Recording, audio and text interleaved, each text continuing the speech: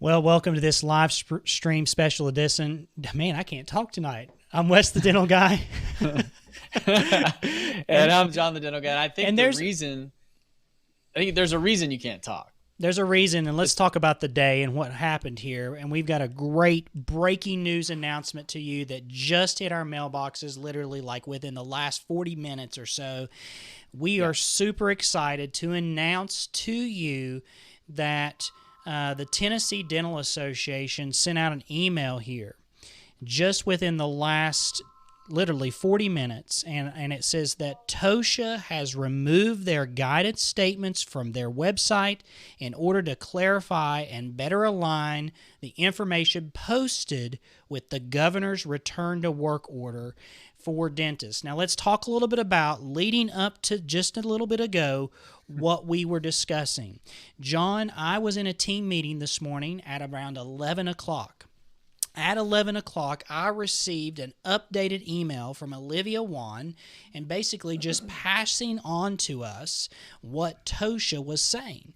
At the time, what I did is I just hit forwarded it to my wife, who is our environmental officer, who was on the call right at the same time. We're in a Zoom meeting with 10 people. We're discussing all the things surrounding respiratory protection, and we're planning our days out next week. We're talking about how many patients we're going to be scheduling, all these things. And then I hadn't even looked at this email, and then the phone blew up. Did you see what OSHA said? Did you see what OSHA said? Start getting phone calls, and then John, you called me, and you were like, dude, OSHA. John, tell me about how you found out. Well, to give backstory for those of you who are not in Tennessee, because we're going to bring Olivia on here in just a minute, but for those of you who are not in Tennessee, we were allowed by the governor to go back to work today as dentists doing elective procedures. Mm-hmm. And so I was working this morning. I actually was seeing emergency patients because that was all we weren't sure if we'd be able to see elective procedures, but I had all kinds of stuff. My front office team has been working for days because we're expecting we'd be going back to work next week. They've been rescheduling, calling patients, paving the way for this to happen, working so hard on the schedule. It's been so difficult to rebuild a schedule with 2 months of backlog. So that's the backstory, right? We're allowed to go back to work. And then I think I was 15 minutes before my team meeting where I'm going to call everybody back to work officially. We're going to do all of our training on PPE officially, and we're going to be kind of like pump everybody up. It's the pump up meeting. Like, hey, we're ready to go back. We got all the gear. I'm so excited. I've been working so hard. I've got all this stuff. You're playing music. You're playing music in the background, aren't you? Yeah. It's going to be the Rocky It's the theme. Eye of the Tiger. Yeah, Eye of the Tiger's about to come on. And then I see that I got a text from this thread I'm a part of, and it says, I think that Tennessee OSHA just said that we can't practice. And so I click on the link in the PDF, and it says postpone or basically only treat urgent or emergency at this time. And just my heart, I felt like I just got like a gut punch, right? And I had to go into my meeting, all my team's there. I've called them in. And I just sat there and I just had the hardest time even like talking. So now we have to go through this whole thing. And then we get this thing just a moment ago, just in the last few minutes saying, just kidding. OSHA is going to clarify their statement. All of this within, a couple of day process. So we want to talk about this today with the person who's probably more qualified than just about anybody I know to discuss OSHA and compliance and what's going on in our states and what's happening and how does this actually apply to us? What do we do about it? But I wanted to give you that backstory so that our listeners understand kind of what we're dealing with locally, because I'm sure your states are, if they're not going through something like this right now, they are going to be. It's going to be a question of what do we do? Who do we listen to, and all of that. So let's bring Olivia in and get her in this conversation. Olivia, welcome. Hey. Glad Interesting times indeed. Oh, how's your day been? What's your story? Yeah, how's your day? How many emails have you read in the last 24 hours? In the last 8? literally hundreds. And if I've missed someone's email, please send it again, because some days it takes me right at 7 to 7.5 hours to get through my messages. So please have patience with me. Yeah. As Let's soon hear as your I get the story. information, I share it. And that's exactly what took place.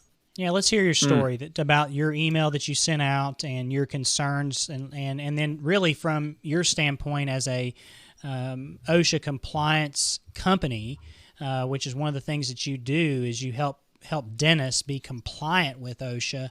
You sent out this, in regards to your clients and saying, hey, you need to take a look at this.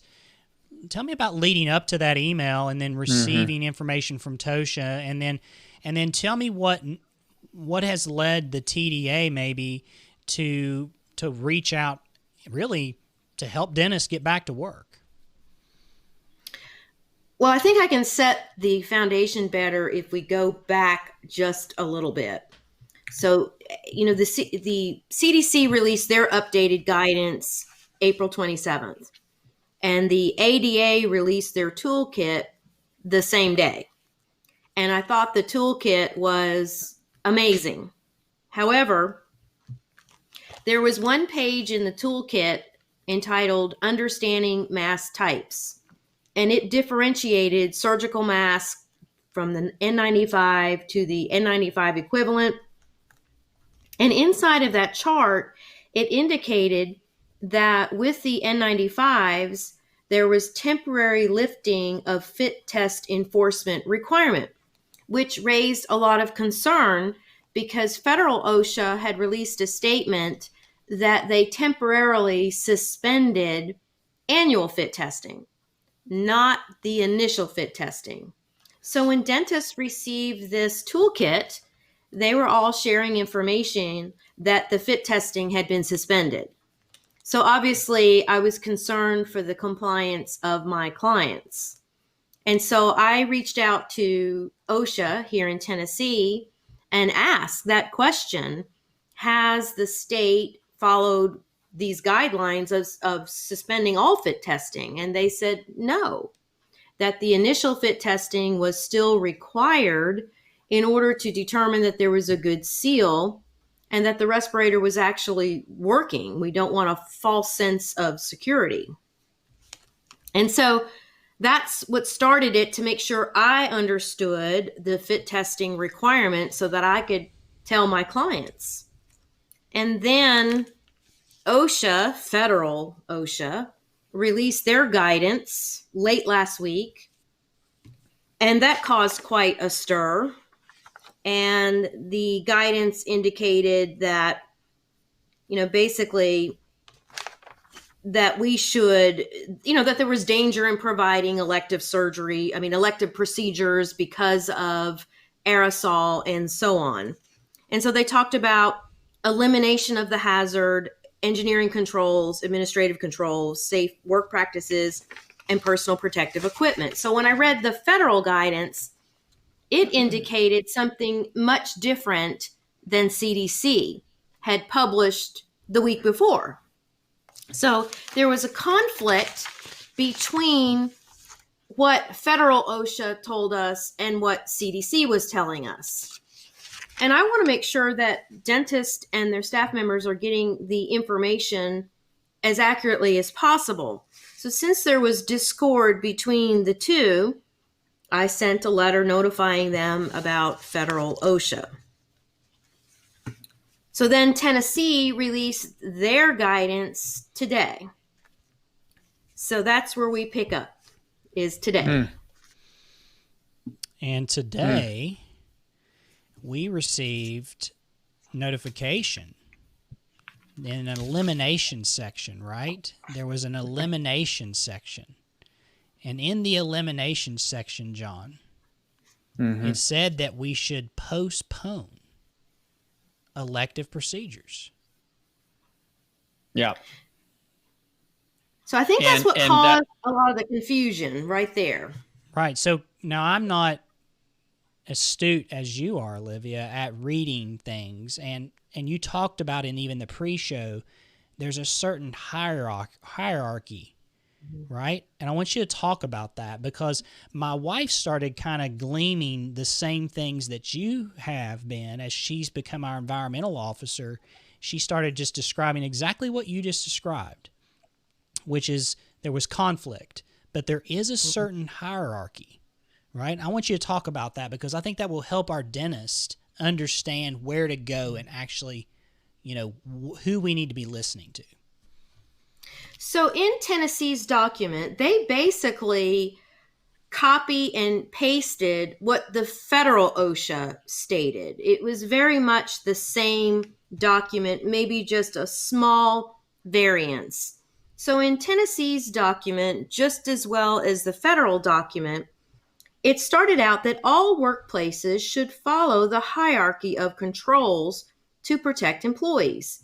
So under the elimination category, it mentioned that in a dental setting, only patients needing urgent and emergency procedures should be seen during the pandemic. So that's under the hierarchy of controls under the elimination paragraph. So when this went out, and basically I just shared the document, I didn't really go into my interpretation or anything like that. And I also added a disclaimer to my email that if you didn't agree with the document, please call TOSHA or the TDA, because I do not make the rules. I just inform clients and help them comply. So that's at the top of the hierarchy of control, is eliminating the hazard. And so when people read the document, their initial response was, well, I thought the governor said that I could go back to work. And this is true. We have the executive order that told us that we could return to work. And so we have to take the document, like I like to say, and it's more of a legal term, look at the four corners of that document. And underneath the elimination category was engineering controls. So you have to remember, what is OSHA's mission? OSHA's mission is not to protect your patients. It is to protect your employees. And so in protecting employees, we can do this by identifying the hazards and implementing engineering controls, administrative controls, work practice controls, safe practices, and personal protective equipment. And so the personal protective equipment section that Tennessee published mirrors the federal OSHA program. And basically it stated that OSHA recommends the following PPE during the pandemic: that you wear your work clothes, which could be your scrubs for well patients, that you do not do aerosol procedures, a lab coat, smock or gown, gloves, eye protection, face mask. So those are well patients with no aerosol. And then for well patients where you are generating aerosols, such as the hygiene procedures, restorative services, you're going to wear gloves, gowns. Lab jackets are permitted if you cannot purchase disposable gowns. Eye protection, such as goggles, face shields, and NIOSH certified disposable N95 filtering face piece respirator or better. And so both in Tennessee and federal OSHA, here's the kicker. Because when we looked at CDC's guidance indicated that if you could not obtain a respirator, then you would go down in your PPE, down to a combination of a surgical mask and a full face shield. So that's CDC. But that does not correspond with what federal OSHA and our state program, TOSHA, told us. And so dentists are scrambling because they're like, okay, what's the rules so I can follow them? And everybody was confused. And then to add to that, there's a shortage. So when dentists are trying to order the right PPE, they can't even get it. And so it just leads to more frustration.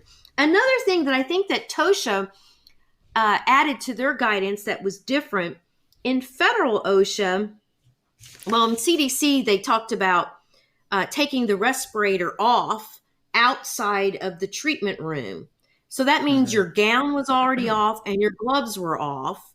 Well, then how are you going to take off the contaminated respirator if your gloves are already off? And so in TOSHA's guidance, they indicated that to make sure that you had gloves on, or if you did not, that you practiced hand hygiene so that there's not a cross-contamination issue. So I think there's a lot of confusion and concern.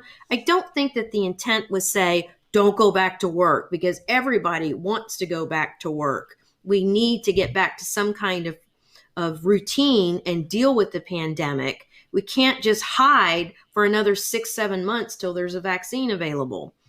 But in trying to balance it, how do we add the personal protective equipment that we need to deal with airborne contaminants? We've dealt with bloodborne for years. How do we deal with this shortage of PPE and balance it with the executive orders? So I think there's a lot of confusion, a lot of misinformation, or I should say a lot of misinterpretation. And so in looking in that document, how can we adequately comply with it? And do people even understand what an engineering control is? And right. I can give you some examples of that. So, there's work practice controls, and then there's engineering controls. An engineering control is some kind of device that helps you overcome that hazard. And the work practice control is how you do that task. So I have a very innovative client that uses a microscope, which made it impossible to wear a surgical mask and a shield, which was the CDC recommendation. So if you can't follow that PPE because the microscope was prohibitive of wearing a shield, what do you do next? And so very cleverly, he implemented the plexiglass on the microscope itself. So when the assistant is looking through the microscope, there's this plastic shield. So that's what we call a work practice control. Now, OSHA requires we document it. So you have to do a hazard analysis, a hazard assessment. We document that we are unable to wear the recommended PPE. And we document the engineering control or the work practice control so that we are showing OSHA in writing that we have already evaluated this issue. And even though we could not overcome the hazard with PPE, we've overcome or minimized that risk with an engineering control. So I really think that dental professionals need to be more well-versed in what these engineering controls mean. Now more than ever, you need to know how to manage these OSHA manuals and update these hazard assessments because they're important for us. So when we talk about this is because there's a lot to unpack on that right there, and that's good. It's all good stuff. So I think the first thing, we put the clickbait title in here, right? Does OSHA regulate dental offices, right? Because we knew that would spark some interest. I mean, can we just get it out of the way here, Olivia, though? Let's just answer that question before we talk any further. Can we ignore OSHA? No. Well, okay. Just wanted to they're not going away. Yeah. Just because right. Just because the link was removed doesn't mean they've gone away. So I think the important thing to recognize is who regulates you in your business, in your dental practice. Obviously, it's the dental board. Any licensing authority regulates you. Now, you have your association, which is an advocate for you. It's a voice for you, and it shares information. It's a membership. They are not regulatory, but they come up with good practices and ideas. The governor regulates us, as we can see. I don't ever remember so many executive orders as we've had here lately. But what we have to remember is that OSHA, their mission is to protect the employees. And so they have the right to enforce the law. So the respirators is a big issue. They will require the use of respirators where there's aerosol, as we see the law right now. And you cannot just put an a respirator on someone's face. They have to be trained on the use of respiratory equipment. They have to finish a medical evaluation to ensure that they've been cleared to wear a respirator. So they have to complete that training program. They have to do a fit test.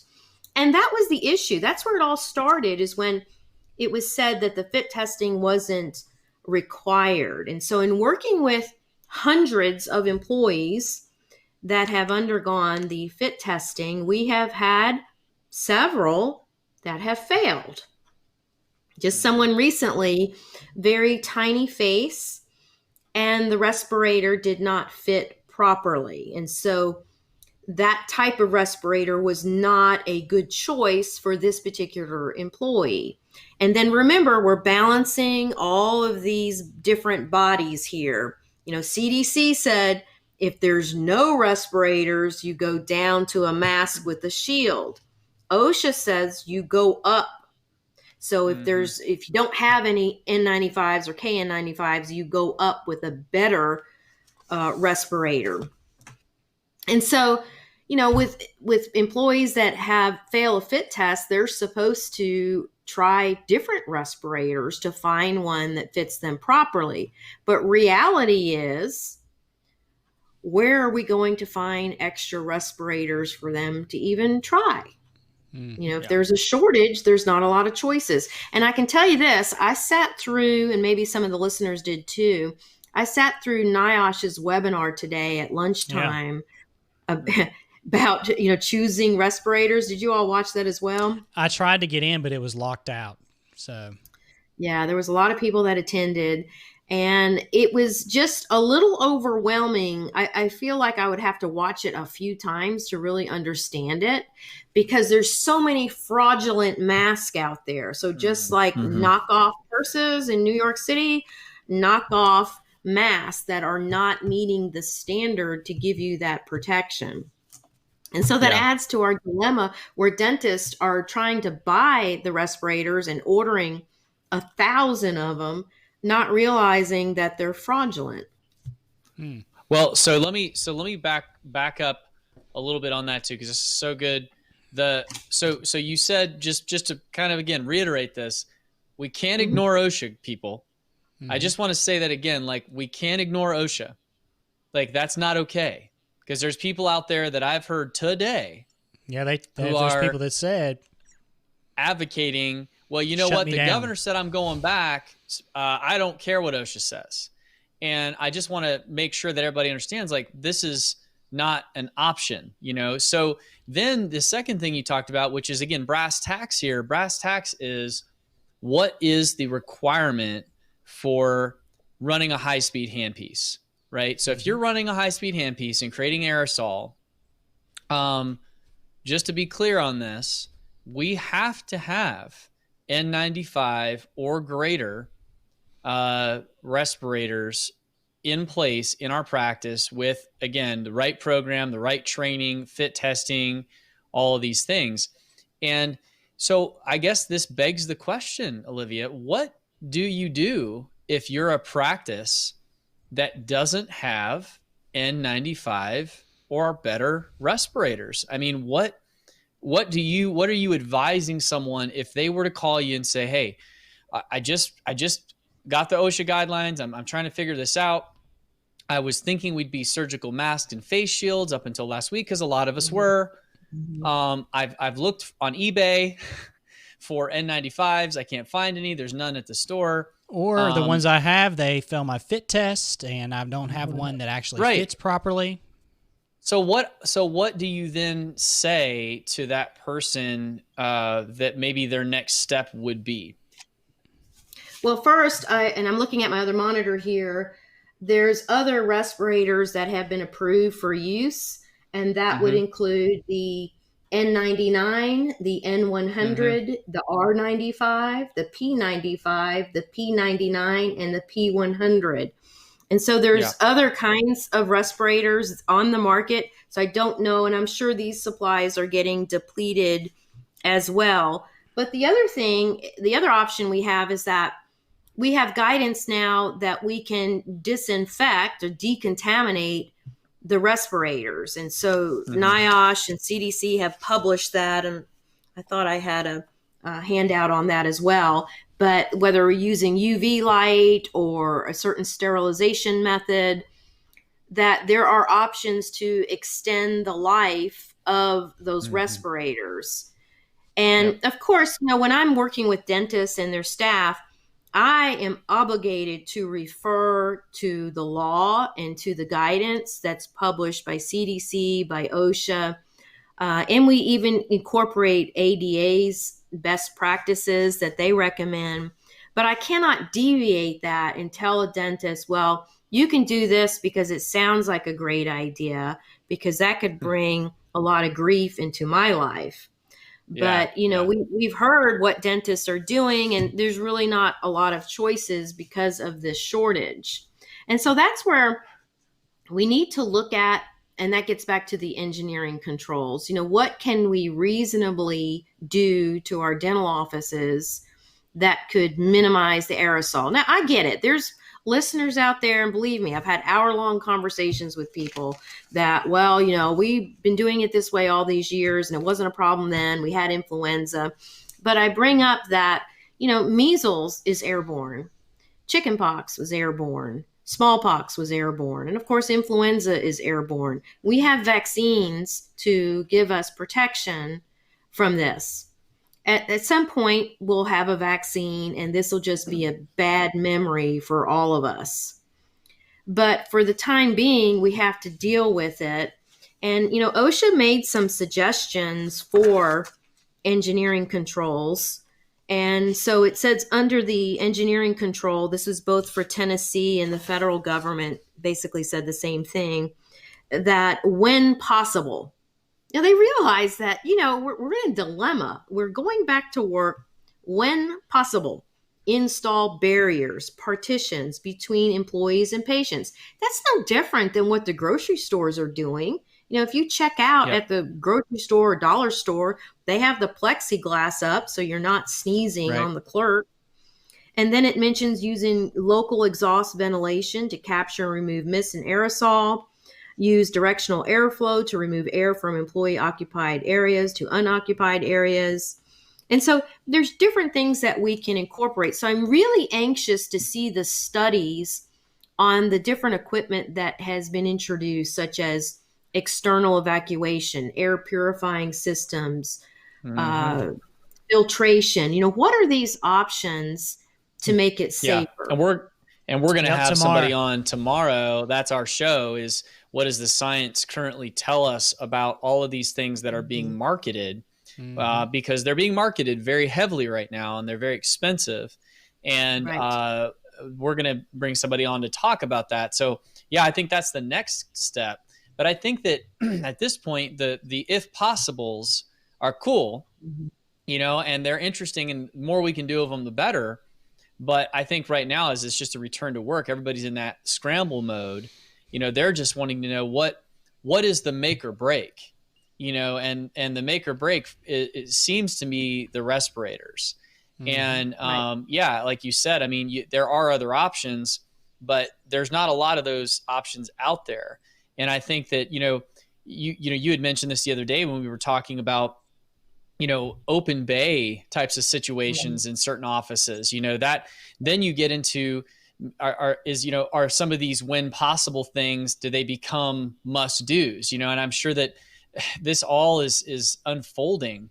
But I guess that I want to just talk a moment about maybe a little different question, because the timing of this whole thing was so weird today in Tennessee. And, you had the governor's return to work order expire to where we could go back to work. And then you had this document or whatever, this link that the Tennessee OSHA puts out. And then you had, TDA, the Tennessee Dental Association, kind of coming back on that. What can we take from that? I mean, why is it that we didn't get notification that if there was an issue a couple days before? I know you can't answer that completely. You're not in the back room with these folks that are deciding these things, but I mean, what do you think is going on? Why are people not talking to each other between these organizations, do you think? I mean, is this really that people don't know what to do, or they're just not talking? I mean, what's happening? Why are we feeling so frustrated with this, do you think? I think it's the sense of urgency, trying to get information out as soon as possible. Just like when CDC published their update and ADA published theirs, it was on the same day. And so it makes you wonder, how much connection is between the two organizations, if any. And then as far as federal OSHA is concerned and Tennessee OSHA, when federal OSHA published their guidance, that led to so many questions in our state. And see, in Tennessee, we have a state-run program. Not every state does. And so when you have a state-run program, it is our obligation to determine whether the rules will follow federal, because that's all that's available, or will the state come up with their own set of guidance. And so last week when I reached out to TOSHA asking questions about respirators and federal OSHA, they simply said they would have their own guidance and they would have an FAQ page on their website. And so we have been watching day to day to see when they would publish their guidance, so that if the state was a little more strict than the federal, that the Tennessee dentists could move into alignment with those compliance factors. But I think that the problem, the inflammation came from the statement about urgent and emergency procedures. But remember, that was just under the elimination control. So perhaps it was taken out of context. We want to go back to work. Just like people are calling me. I had someone, talking to me at length, and I waited for him to stop talking. And when he did, I said, well, would you like me to give you my opinion? I would like everybody to go back to work because, my work depends on your work. And if you're not working and making any money, neither am I. And so we need to know how to take those precautions, just like with my own staff. I have trainers that work in my company. They will be going into your offices. When we do these inspections, they're walking around sterilization areas. They're in front of these aerosols. So we're already doing training about, what kind of PPE do they need to wear when they're making these site visits in order to be careful and precautious. No different than bloodborne pathogens. I mean, one of my trainers, she doesn't have a dental background. So when I hired her, I had to pay for the hepatitis B vaccine. That is my OSHA obligation, so that if she's doing an inspection and if there was a chance for a Sharps injury or a needle stick, whatever that chance might be, she's employed by me. That would be my responsibility. And I really think that, Oh, go ahead. I was just saying that I think that there's many, many dentists out there that just want to know what the rules are so they can comply. Yeah. And then there'll always be those that don't. Yeah, well, exactly. And so when I saw the Tennessee recommendation come out, I'll be honest. I mean, we'll just be honest here. And this is hard. Anybody that's listened to our show for a while knows this is kind of the side we come in on. We talked, maybe we shouldn't even talk about this. We talked about this about a year ago. The Atlantic piece came out about dentistry. Go ahead. Yeah, I mean, this is really where we're at. The Atlantic piece came out and they said essentially the bottom line was, can dentistry regulate itself? Or do they need to be regulated? Because there's a lot of people, or there's a number of people, or there's some people, or maybe there's only a few people, however you come in on it, that are running their own little show over there in the corner. And they're not necessarily doing the things that they're supposed to be doing. And they're just not, you can't get away with that in a hospital because there's too much oversight. There's people looking over your shoulder at all times. So you can't operate you can't do a heart surgery with no gloves. They're going to catch you, but in a dental practice, it's easier to not follow the regulations because you're kind of in your own kingdom. And we lamented that because we don't want regulation. No one wants regulation. In the end, we want to regulate ourselves to do the right thing, That's what we should be doing as professionals. But when the Tennessee stuff came out, I'll be honest with you, I told my team, I said, guys, I feel like what's happening is we're being punished for the fact that a lot of dentists that maybe Tennessee knows, or maybe OSHA knows, that a lot of dentists just don't have the gear. They know the supply chain is broken right now for N95s. They know that's not changing in the next week or two. And they know that if they say go back to work, that a lot of people are just going to do, they're just going to do something. And I don't think that's going to be necessarily the right thing.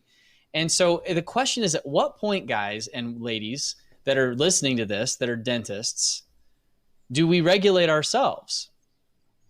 You know, and at what point do we say, hey, look, OSHA's saying this for the good of our, you can disagree with it. That's fine. Maybe they're wrong.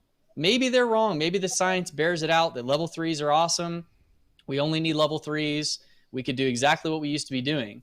That's not what we're talking about. We're talking about, like, I mean, this is what's out there right now, guys. Like, come on, it's out there. So at what point do we sit back and go, let's be leaders in this, and let's just go, hey, this is what's going on. And if we don't have the gear, yeah, I hate it, but we don't have the gear. And I think maybe people know better than what we do that the gear's not available. I mean, Olivia, you've been talking to people all the time. Do you have any reason to believe that N95 respirators are going to become more plentiful in the next month? I really think they will, because this is an opportunity for some of these manufacturers to make money. And so I don't know. I think that they will pop up different factories making their own. And I'd love to see some made here in our country that we know what the standards are. Listening to that NIOSH webinar, there's some really good manufacturers in China that are meeting these standards, and they have the proof. But what's happening, there's a lot of fraudulent people in other countries, including China, that will mimic the product, and it's not by any way near meeting that standard. And so these doctors are spending a bunch of money on fake stuff that's not going to give them adequate filtration. Mm-hmm. So it is a concern. And that's why we're having this discussion. I think that's why OSHA published their guidance, is that they are concerned for the workers, just like they are for other industries. And I love to see a self-governed business. I am a business owner. I have several businesses, and I love to manage my own businesses. But we have to have some kind of good leadership in place and follow whatever rules. So, for example, I had someone send me a message about a hair salon. And my first question was, well, have you read the CDC guidance? Because the CDC guidance on the hair salons and barber shops would be very important to know whether the operator or the client would be at risk, and what are they telling them for PPE. So likewise with us, we have to have some kind of standard. And I've shared for several years that, when we conduct these inspections, we started grading them. And the average dental office that we see the first time scores in the 40% range. That's 40 out of 100%. That's not very good. And so I always compare that to a restaurant. If you were going to a nice restaurant and it's beautiful, just like a lot of the offices we visit are just gorgeous, and you go in and the restaurant has a score of 38, are you going to enjoy your meal? And so with these dentists that have submitted to our inspection, and it might be a little bit more strict because we have CDC as well as OSHA questions in our inspection tool. And if they couldn't pass it, which many of them can't. And so that's telling me that dentists may not be doing as good a job on compliance because they've been trained as clinicians. So guess what? Yeah. I'm great at compliance. I'm an attorney. I love to read and research and study, but I can't prep a crown. That wasn't my calling. So you all are clinicians and scientists and mechanics and artists and can do great, beautiful work, but we still need that component. And I can tell you this, having been an office manager years ago, I think that today's in-office leadership is much more demanding than it was 20, 30 years ago. And so Hmm. when we have very skilled and qualified people that support us, just like my own staff, having incredible people behind the scenes helping me helps me be successful because I cannot do it without them. And so these dental practices need to give their person they rely on the tools and also a measure of authority to run with this project. And I like to use the comparison, if you throw a ball, run with it. Don't keep taking it back from them. And so when you train someone, they need to be able to run with it. Don't start over managing them and making them miserable. Remove the challenges so they can be successful. Yeah. And that's why we started the Advanced Safety Manager course here at my office. It has been a full day, 6-hour course. And in meeting with my staff this morning, in light of all these changes, we're going to make it a 2-day course. So we bring in the safety managers that work for you guys and we train them to be us. And so they can have the tools and work and understand these hazards and help you. But you have to have cooperation of your staff, because without the team working together to accomplish it, it's very, very difficult. What do you do if you're a staff member or a team member and you're concerned about opening, or you're concerned, like how would you advise, like you're talking about, training, empowering staff? What's the way, do you think, to approach a dentist if you're a team member and you've got concerns about PPE? What are some of the things that you feel would be helpful in that conversation to arrive at a positive outcome, to get to a place where everybody's comfortable? Well, knowledge is powerful. And so we need to take the time to train our own staff. Knowledge, science, facts, communication skills. We need to take the time. And that's a good starting point, because we can remove fear if we give them knowledge. Just like in speaking with an orthodontist, he said that he had several team members that refused the flu vaccine. Well, my first question was, have you trained them about how effective it is and how safe it is, and go over those statistics with them so they could make a more educated decision than just hearing someone say, well, I heard you get sick if you take the flu vaccine. So it's all about empowering them with knowledge. So I think when you're listening to this, and I've been just enjoying just kind of listen to the conversation here, and I like a sense of calmness about these situations, because I think what calmness does is it allows us to center on really what we're here to do, right? We're here as dentists, hopefully, I hope, and people that listen to our show, John, we're all about next level, right? Yep. And so if you're listening to this show right now and you're thinking, man, who are these guys? Well, these guys started, right, who are these guys? And this show is all about next leveling your career. Wherever you're at, you're looking to go to the next level. Now, the issue at hand right now is that, unfortunately, most dentists are scoring 40 out of 100. They're failing OSHA requirements because it's never been enforced. And I have to say, we've never had an inspection in our office, and I would probably say we'd probably fall short in a lot of areas. Now, I think we try to do the best that we can, right? Now, what I would say is that we are forever changed. We are never going back, right? We are never going back. Now, what I will say to a lot of people that are listening to this that are scared, that you have to be concerned about a couple things. And John, we've talked about this on the show. And Olivia's a researcher, right? She's paid to research things and bring you the facts, right? There's a lot of confirmational bias going on right now, okay? There's a lot of confirmational bias. And what confirmational bias is that you believe something, you believe the flu vaccine causes you to get the flu, so you go find some research to support that cause. So we have to be very, very careful about that. And so, John, we've brought to the table, and the reason why John and I complement one another is because we want to be critical thinkers.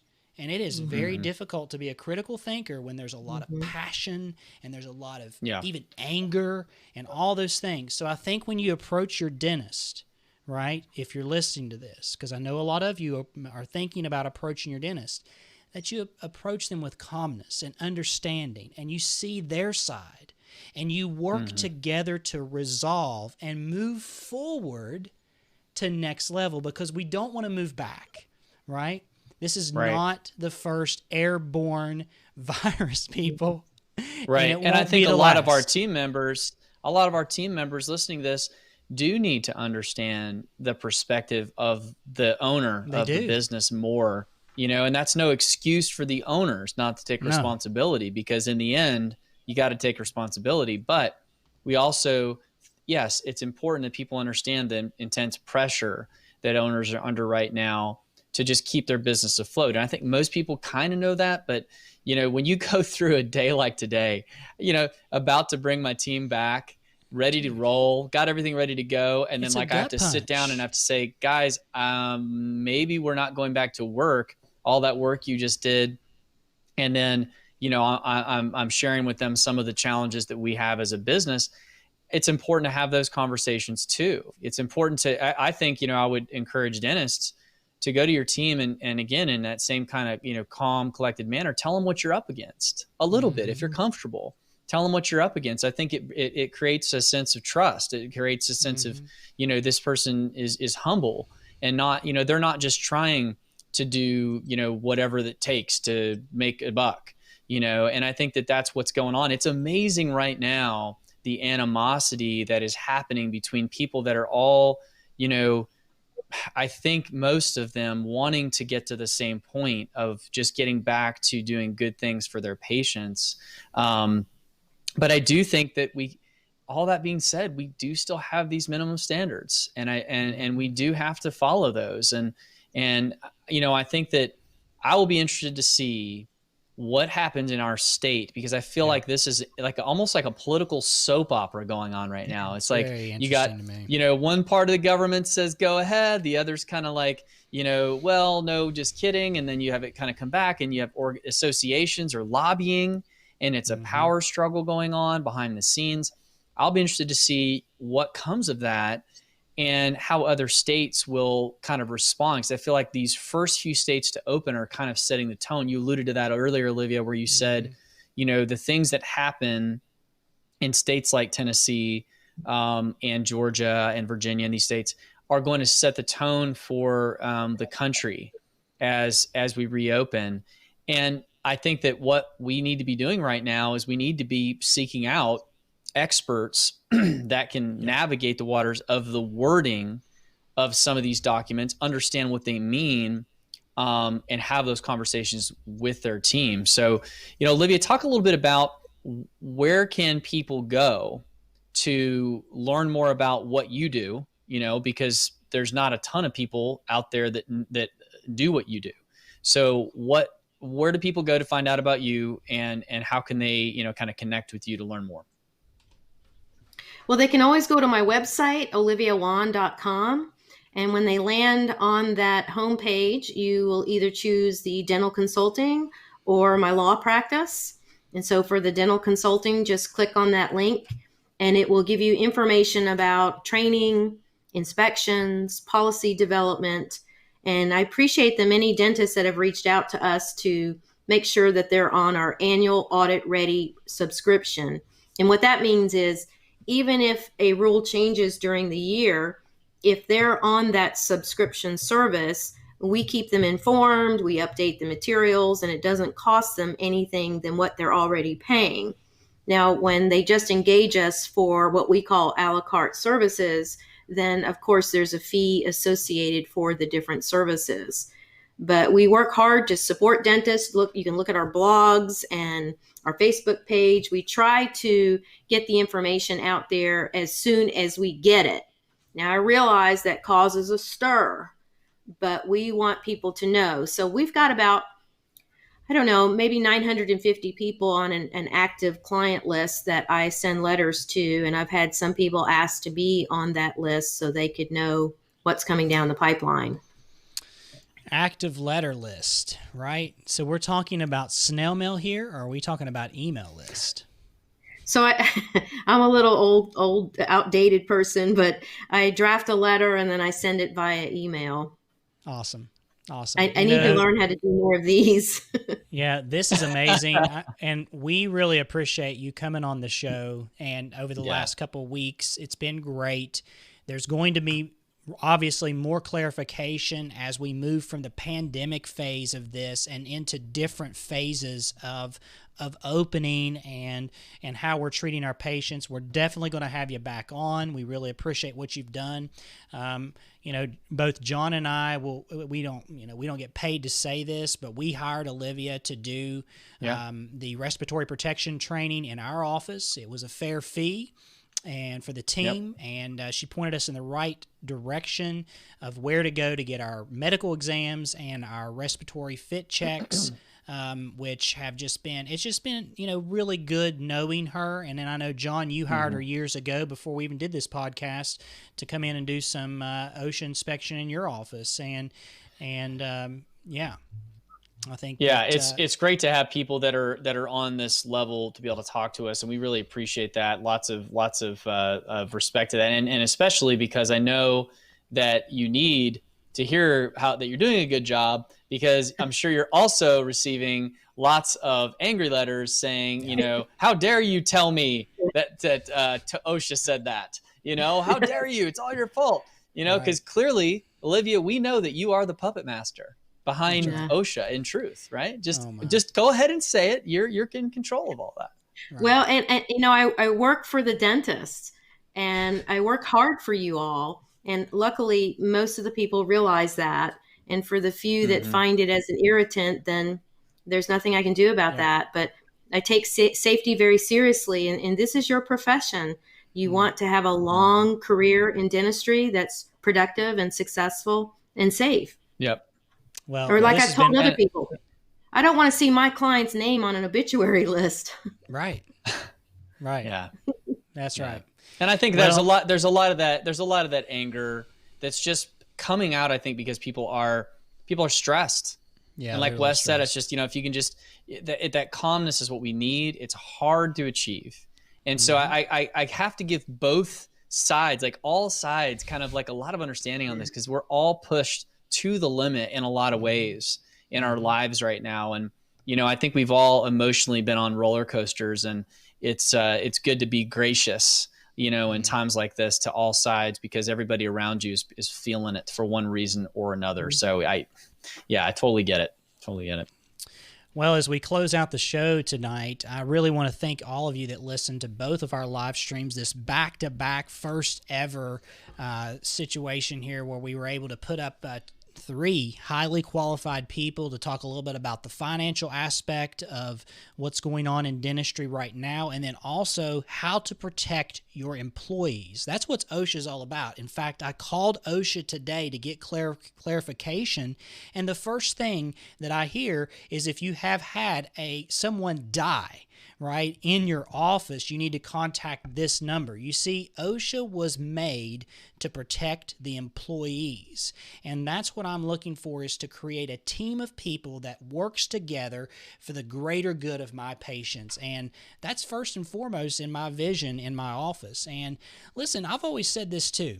If you're working for someone, the greatest thing about America is you don't have to work there. Just like you don't have to go to Walmart or Costco, you can choose where you want to work. You can move across this country. That's the greatest thing about America. So be excited about the time that we're entering in. This could be the most exciting time in dentistry, but it's up to you to make it that way.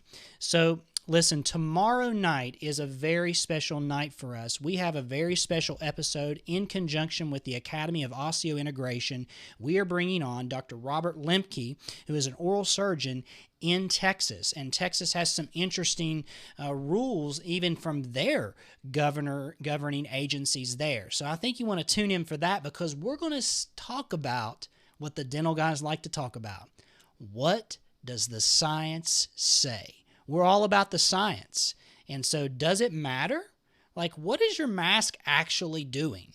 And we don't know a lot of these things yet, but we're going to bring somebody on that has some interesting research to share. You don't want to miss it. So for Olivia, for John, I'm Wes, and this has been another great live stream. Thanks for joining us.